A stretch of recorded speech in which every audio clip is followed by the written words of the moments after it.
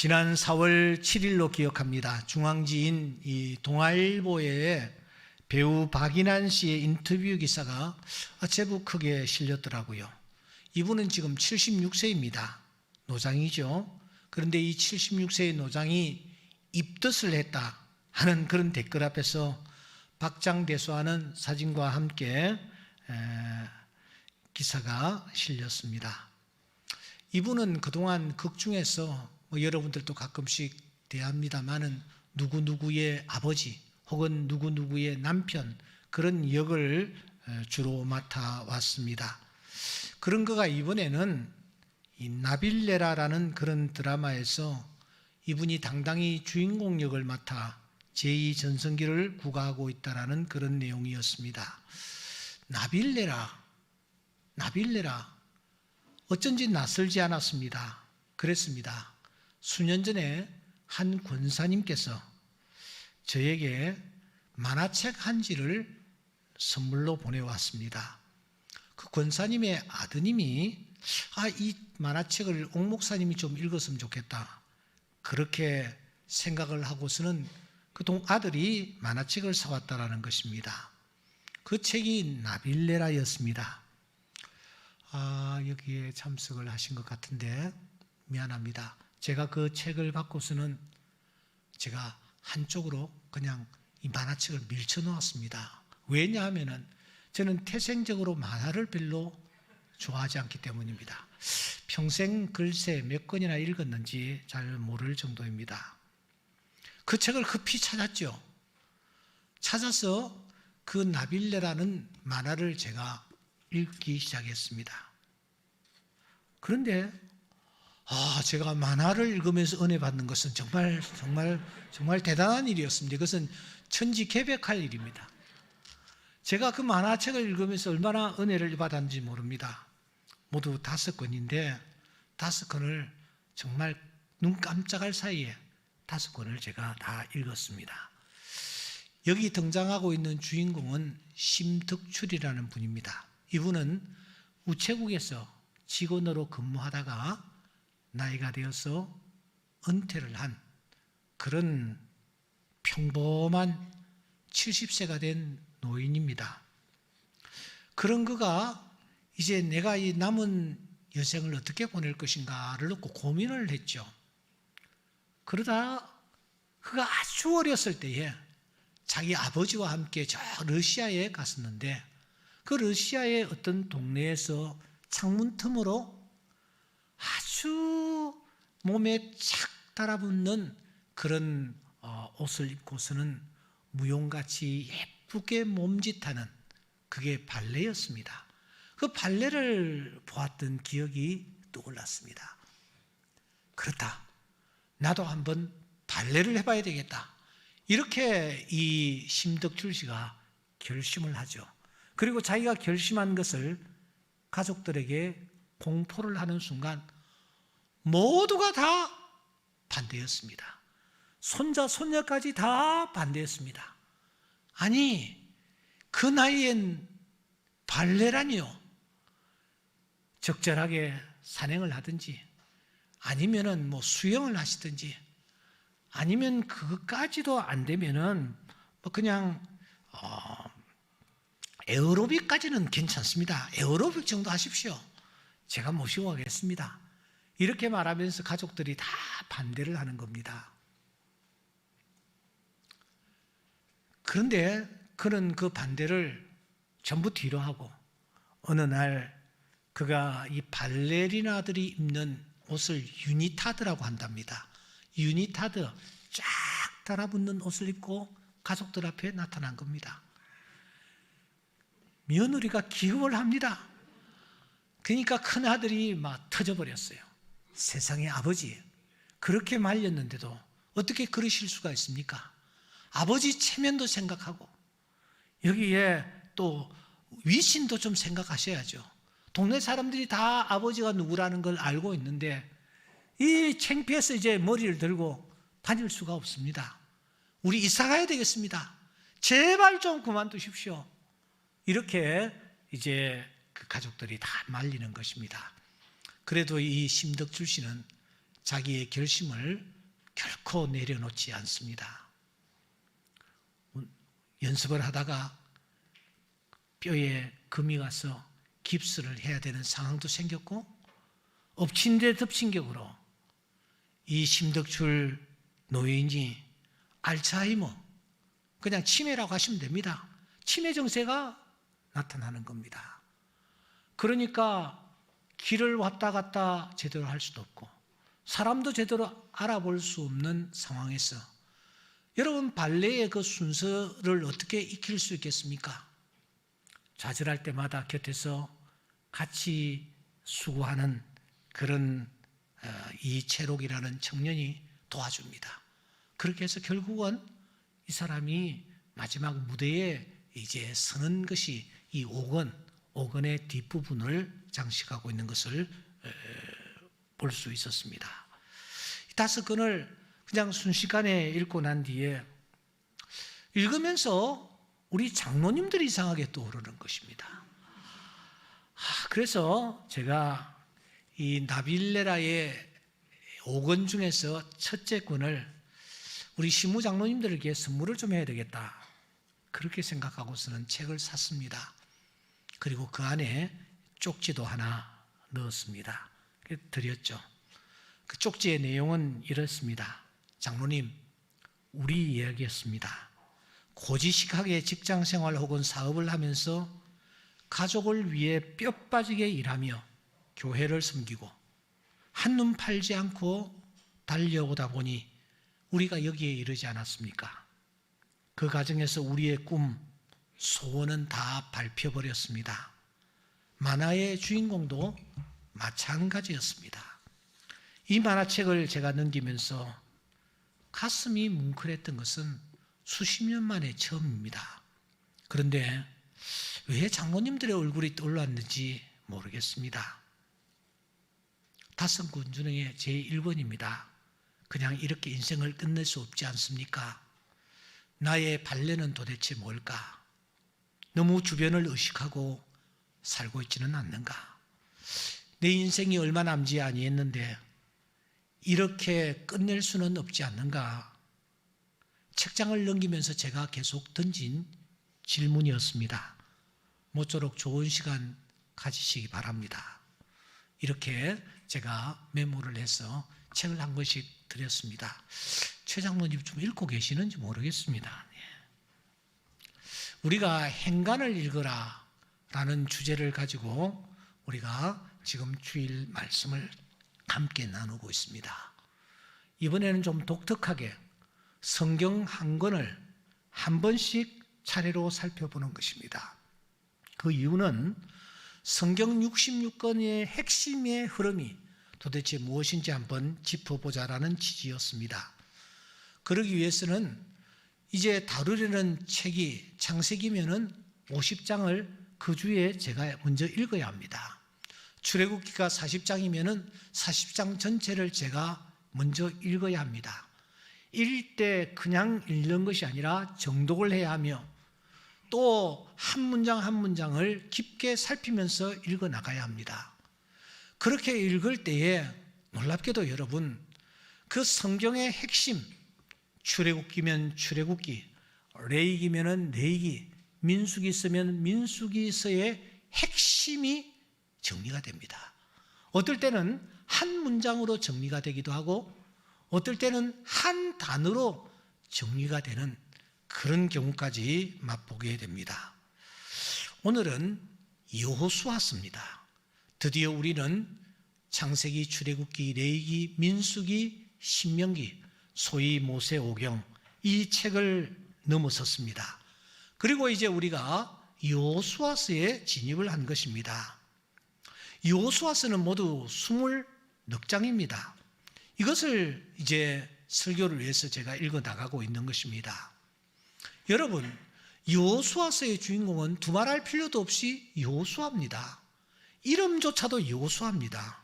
그러므로 저는 여호수아서를 열면서 당연히 여기에 등장하고 있는 주인공 여호수아에게 집중을 해야 되겠다, 그런 생각을 가졌더랬습니다. 이렇게 읽고 나가고 있는데 어느 틈엔가 제가 주인공 여호수아가 아닌 다른 사람에게 시선을 빼앗기고 있다는 것을 느끼기 시작했습니다. 아닙니다. 누군가가 제 시선을 빼앗아가고 있었다라고 하는 표현인 것이 정확할 것입니다. 제 시선을 빼앗아간 사람이 도대체 누구일까요? 오늘 6절에 그 사람이 등장합니다. 바로 갈렙이라는 사람입니다. 저는 6절을 읽으면서 고개를 갸우뚱했습니다. 함께 참여하는 뜻으로 우리 6절 앞부분을 한번 앞을 바라보면서 읽겠습니다. 시작. 그때에 유다 자손이 길갈에 있는 여호수아에게 나아오고 그니스 사람 여분네의 아들 갈렙이 여호수아에게 말하되, 제가 이 부분을 읽어가는데 더 이상 진도가 나갈 수 없을 정도로 저는 고개를 갸우뚱하고 있었습니다. 아니, 이게 도대체 무슨 말씀인가? 아니, 도대체 이해할 수 없는 부분이 이 말씀 속에 담겨져 있기 때문입니다. 여러분들은 이 부분을 읽으면서 혹시 좀 이상하다라고 느끼는 부분은 없으신가요? 저는 너무너무 이상하다 하는 생각을 했습니다. 그 이유는 두 가지입니다. 첫째, 지금까지 등장하고 있지 않던 갈렙이라는 사람이 갑자기 나타나고 있기 때문입니다. 여호수아서를 읽으면 1장부터 13장까지 중요한 일들이 진행되는 그 과정에서 갈렙은 단 한 번도 등장하지 않습니다. 그런 그 갈렙이 이 14장 6절에서 뜬금없이 지금 등장하고 있는 것입니다. 갈렙은 민수기서와 신명기서에 무려 10번 이상 등장하고 있습니다. 그런데 그런 갈렙이 여호수아서에 와가지고서는 흔적이 사라져버립니다. 그랬더니 이 갈렙이 갑자기 등장하는 이유는 무엇일까? 지금까지 사라졌던 이유는 무엇이며 다시 등장하는 이유는 무엇일까? 분명히 어떤 중요한 메시지를 담고 있을 것이다. 이런 생각에 더 앞으로 글을 읽어 나갈 수가 없었습니다. 두 번째, 제가 고개를 갸우뚱하게 생각하며 본문에서 눈을 떼지 못했던 이유는 두 사람을 대하는 바로 태도였습니다. 여러분, 여기 두 사람은 두말할 필요도 없이 여호수아와 갈렙입니다. 여호수아와 갈렙, 이 두 사람은 지금 이스라엘 공동체에서 대단히 유명한 사람입니다. 모든 이스라엘 공동체가 이 갈렙과 여호수아를 모르는 사람이 없을 정도로 이 두 사람은 대단한 사람들입니다. 그렇다면은 이스라엘 공동체가 다 알 수 있도록 그냥 여호수아와 또 갈렙 이렇게 설명을 하면 참 좋을 터인데, 여호수아는 그냥 여호수아라고 소개를 하면서 갈렙에 대해서는 마치 처음 등장하는 인물인 양 그의 그의 집안이라든지 그의 배경이라든지 또 그의 이름이라든지 그 부모의 이름이라든지 이런 것들을 상세하게 기록을 하며 또 소개하고 있는 것입니다. 특히 제가 주목했던 것은 이 갈렙을 가리키면서 이 사람이 그니스 사람이었다 이렇게 밝히고 있는 것이었습니다. 여러분, 갈렙은 어느 지파 사람입니까? 갑자기 내가 질문을 던지니까 잘 못하시는데, 갈렙은 어느 지파 사람입니까? 12지파 가운데서 뭐요? 유다지파, 유다지파에 소속된 사람입니다. 그런데 유다지파라고 얘기하지 않고 그리스 지파, 그리스 사람이라고 소개하고 있는 것입니다. 이 부분이 정말 이해가 되지 않았습니다. 여러분, 이해를 해야 그 다음 부분에 넘어갈 것 아닙니까? 정말 고개를 갸우뚱했습니다. 첫째, 이 갈렙이 왜 지금까지 등장하지 않았던가? 등장하지 아니했던 이 갈렙이 지금 여기에서 등장하는 이유는 무엇인가? 두 번째, 이 갈렙을 굳이 그니스 지파라고 소개하는 이유가 도대체 무엇일까 하는 것입니다. 이 부분을 놓고 여러분, 제가 얼마나 고민을 했는지 모릅니다. 참고할 수 있는 책들을 참고했지만 내가 던진 질문에 대한 답을 찾을 수는 없었습니다. 엎드리는 길밖에 없었고 계속해서 본문을 파는 길밖에 없었습니다. 하나님께서 이런 나에게 은혜를 주셨습니다.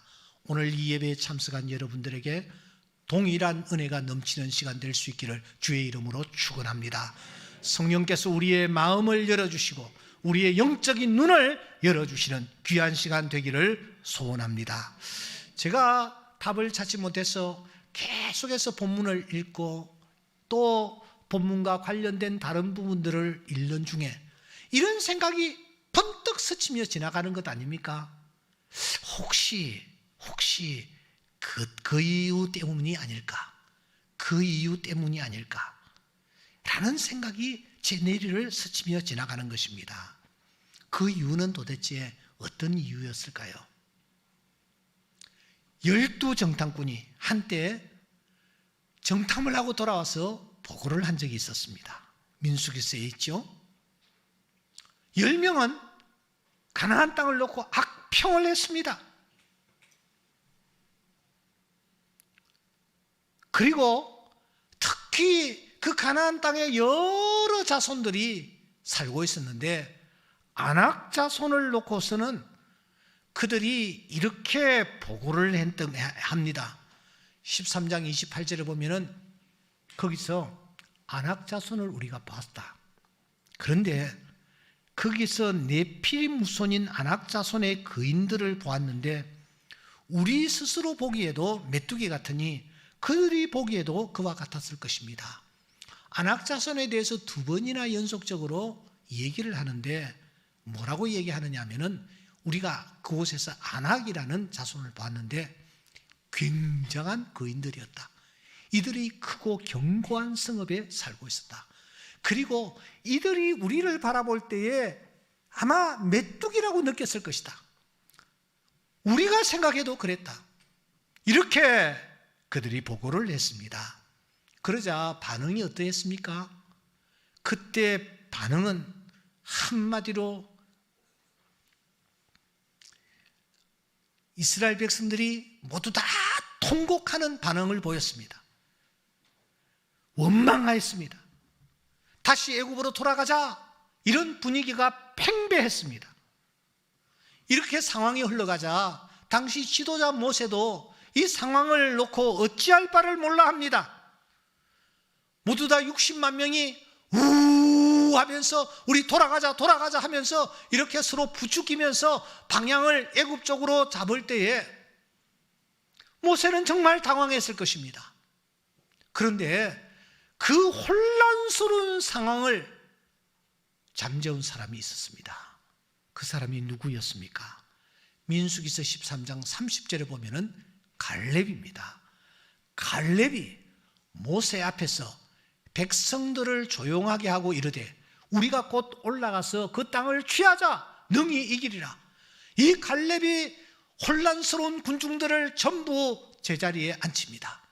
우리 다 올라가서 그 땅을 취하자, 우리가 능히 이기리라. 이러보건대 이 갈렙이라는 사람은 여러분 판단력도 대단했고요, 담대했고요, 호소력까지 있었고요, 뭐 상황을 분석하는 분석력도 있었고요, 여기에 믿음까지 갖춘 그런 리더가 갖추어야 할 그런 조건을 골고루 갖춘 자였음에 틀림이 없습니다.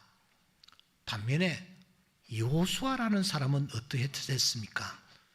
여러분 1장 6절에 보시면 강하고 담대하라, 7절에 보시면 오직 강하고 극히 담대하라, 9절에 보시면 강하고 담대하라, 두려워하지 말며 놀라지 말라.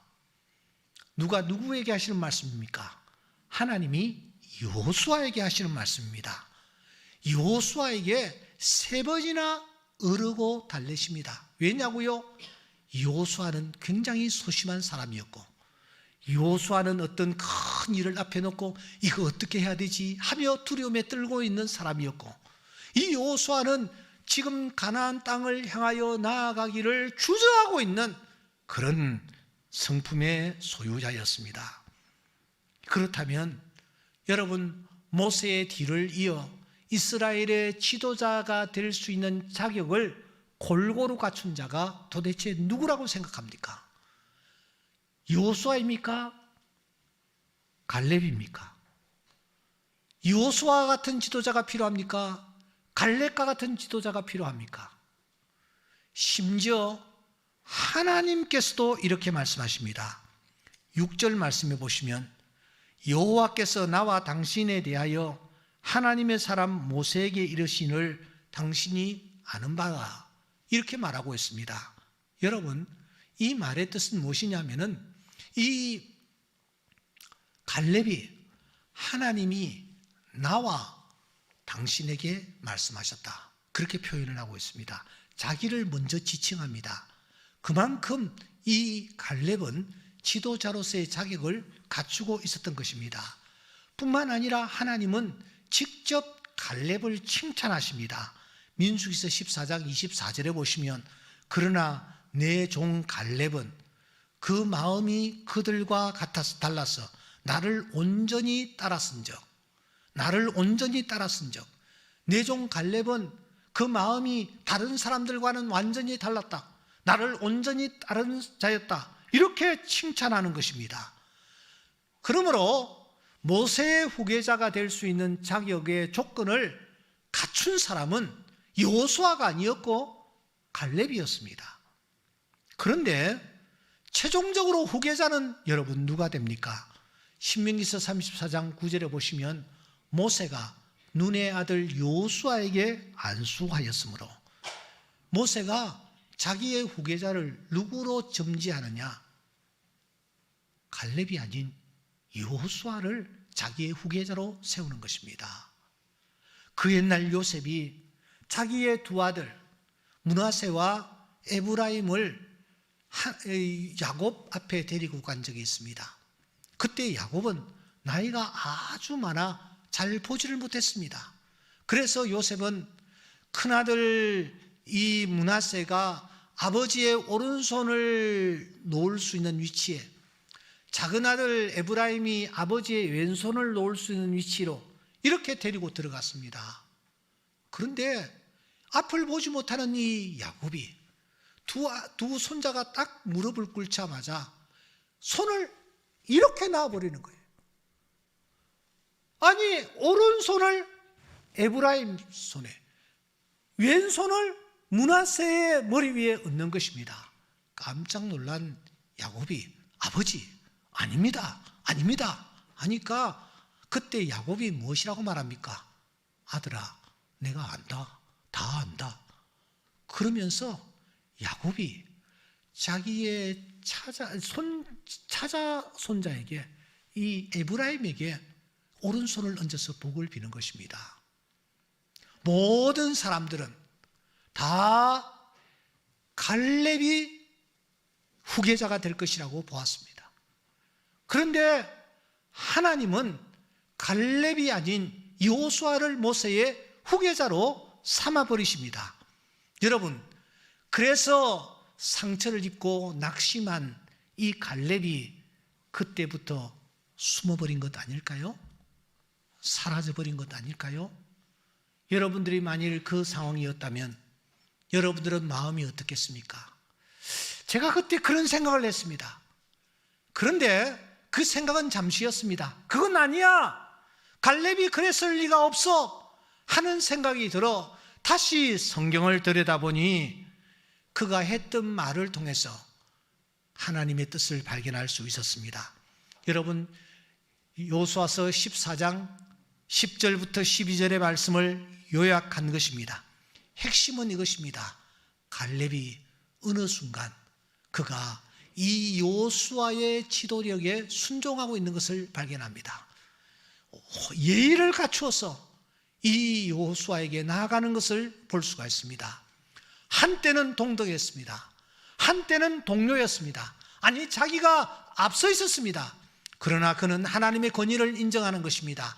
하나님께서 나 아닌 갈렙을 지도자로 세우셨으니, 여호수아를 지도자로 세우셨으니 그 여호수아의 권위 아래 내가 순복해야 되겠다 하는 생각을 하고 있었던 것을 우리가 발견합니다. 하나님이 나 아닌 여호수아를 하나님께서 모세의 후계자로 세우셨다. 하나님이 쓰시겠다고 안수하셨다. 그렇다면 이 여호수아를 중심으로 온 회중이 하나가 되어야 되지 않겠는가?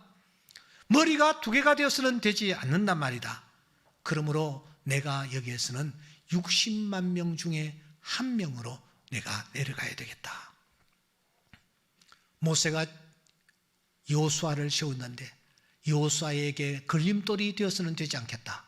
그런 생각으로 그런 자신을 완전히 낮춘 것입니다. 60만 명 회중 가운데 한 사람으로 이 갈렙이 들어갔습니다. 여러분, 한 60만 명 중에 한 명으로 이 갈렙이 들어가서 요단강을 건넜고 여리고성을 함락시킬 때도 참여했고 아이성을 함락시킬 때도 그가 참여했던 것입니다. 이렇게 이 여호수아가 지도력을 발휘하여 이스라엘 백성들을 이끌어 나가고 가나안 땅을 정복할 수 있는 이 일을 위하여 갈렙은 자기를 철저히 낮추고 희생시킨 것입니다. 그래서 이 갈렙이 1장부터 13장까지 한 번도 나타나지 않는 것입니다. 그러면 옥목사, 그러던 갈렙이 끝까지 나타나지 않지 왜 이 14장에서 나타났는가? 여기에 중요한 이유가 있습니다. 지금 어떤 상황입니까?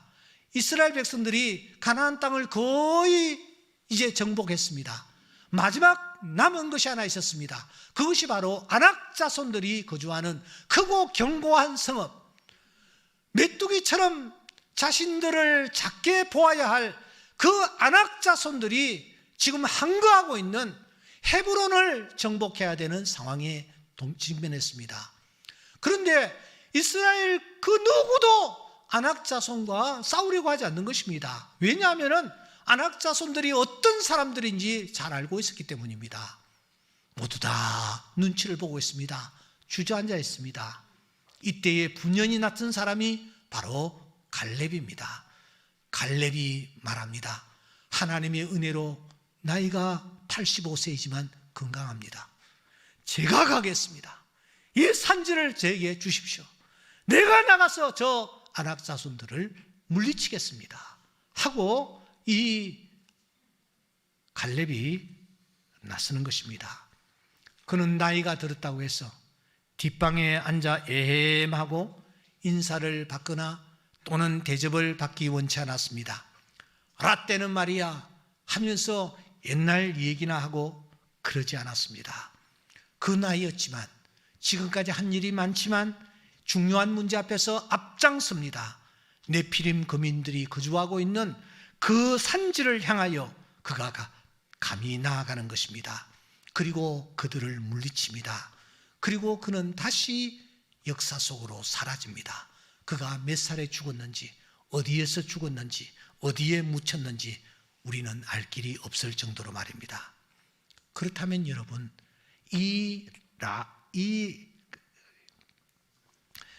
갈렙에게서 우리가 배워야 할 것이 무엇입니까? 갈렙은 사람들과의 관계에서 지켜야 할 선을 일생 지키며 달려가고 있었습니다. 무슨 말입니까? 나서지 말아야 할 때와 나서야 할 때를 그는 분별하고 있습니다. 말해야 될 것과 말하지 말아야 할 것을 잘 분별하고 있었다라는 것입니다. 참견해야 할 일인가, 참견하지 말아야 할 일인가를 잘 분별했다라는 것입니다. 그런데 사람이 나이가 들면 이 부분이 모호해집니다. 사람들과의 관계에서 지켜야 할 선을 잘 지키지 못합니다. 그래서 주책이라는 소리를 듣는 것입니다. 선을 지키지 못하기 때문입니다. 갈렙은 그러지를 않았습니다. 그 나이에 분별력을 가지고 선을 지키며 그가 살아가고 있습니다. 자신을 드러내야 할 때와 자신을 숨겨야 할 때 철저히 자신을 숨깁니다. 여러분, 나이를 먹는다라는 것, 이거 쉬운 일이 아닙니다.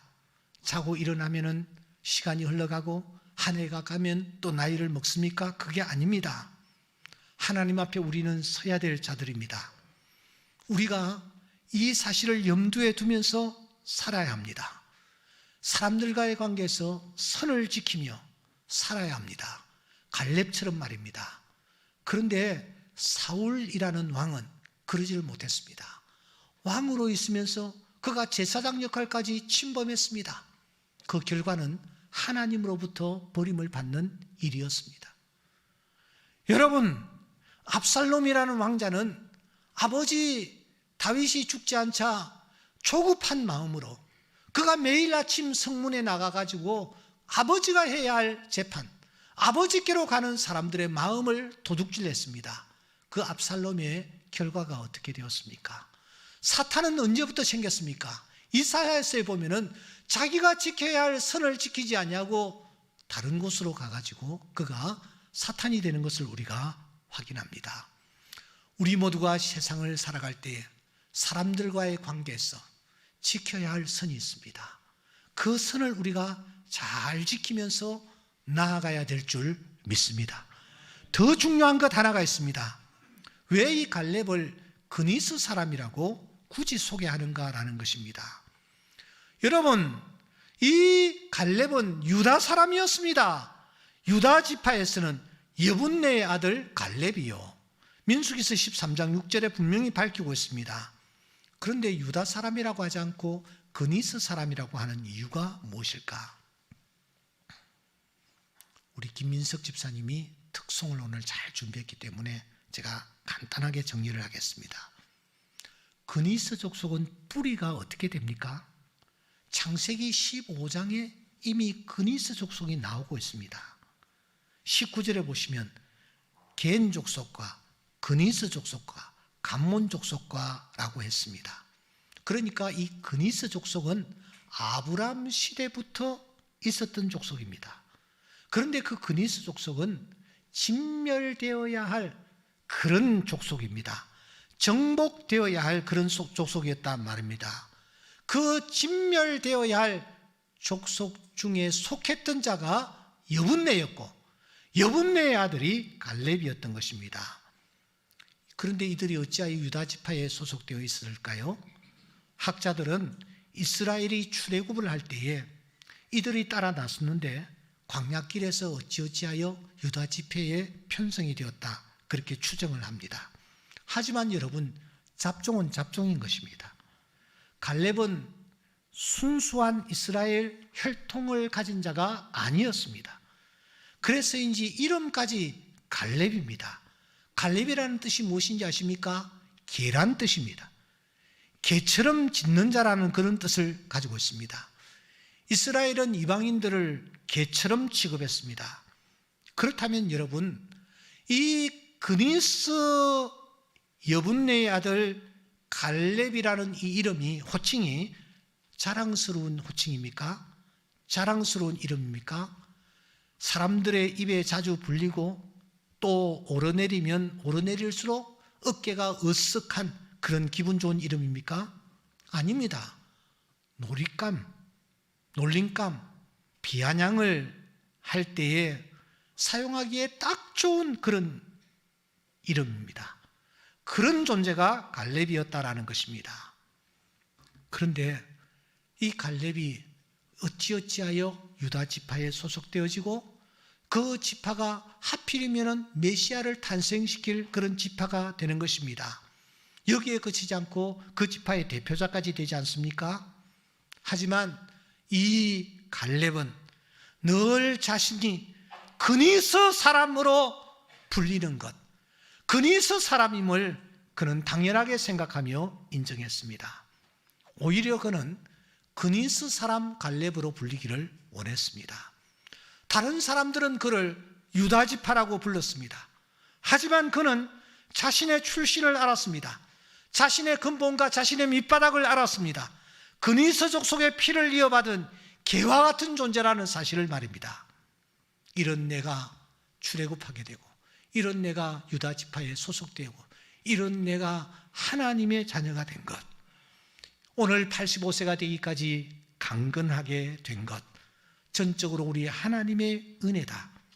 그러니까 이 갈렙은 하나님의 은혜를 잊지 아니하고 지키는 그런 삶을 살았다라는 것입니다. 갈렙은요, 하나님과의 관계에서 하나님이 베풀어 주신 은혜를 기억하고 지키는 그런 사람이었습니다. 여러분들은 어떠세요? 사람들은 대체적으로 어떤 성향을 가지고 있습니까? 자기가 좀 높아지고 잘 되고 뭔가를 이루고 위세가 등등해지면 자신이 가지고 있는 근이스를 애써 감추려 합니다. 더 나아가 자신이 정말 그럴듯한 그런 존재라는 것을 은근히 부각시키려 합니다. 학력을 말입니다. 출신을 말입니다. 배경을 말입니다. 이런 것들을 교묘하게 세탁하려고 합니다. 금정고시 출신이면서도 이력서에는 명문고 출신이라 그렇게 기재를 합니다. 어느 대학에 입학했는지는 살짝 감추고 어느 대학을 졸업했다라는 것만 밝혀서 사람들로 하여금 헷갈리게 만듭니다. 그리고 마지막 부분에는 서울대학교, 연세대학교 이런 대학교, 대학원의 경영대학원을 졸업했다, 수료했다 하는 것으로 이력서에 마침표를 찍는 경우가 많습니다. 이렇게 사람들은 자기가 갖고 있는 근이스를 어떻든 감추려고 합니다.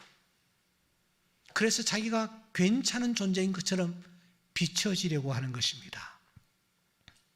그런데 저는 최근에 한 분을 만났습니다.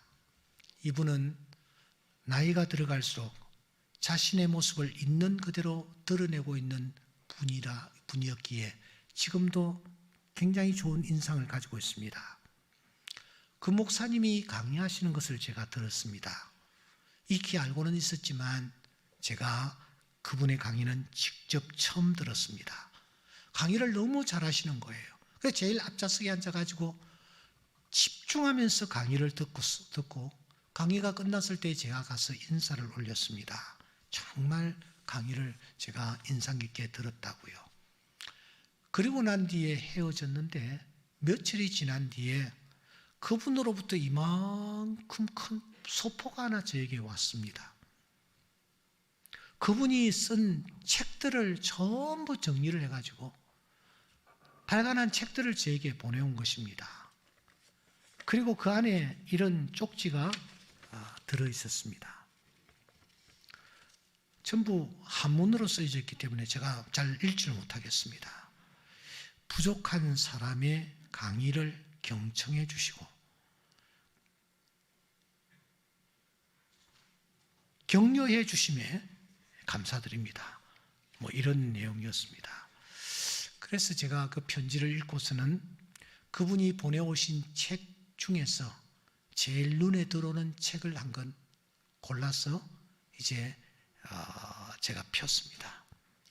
내가 그분을 잘 알지 못하기 때문에 그분이 어떻게 자기소개를 하나 하고 제일 앞부분을 이렇게 펴니까 그곳에 자기를 이렇게 소개하고 있는 것 아닙니까?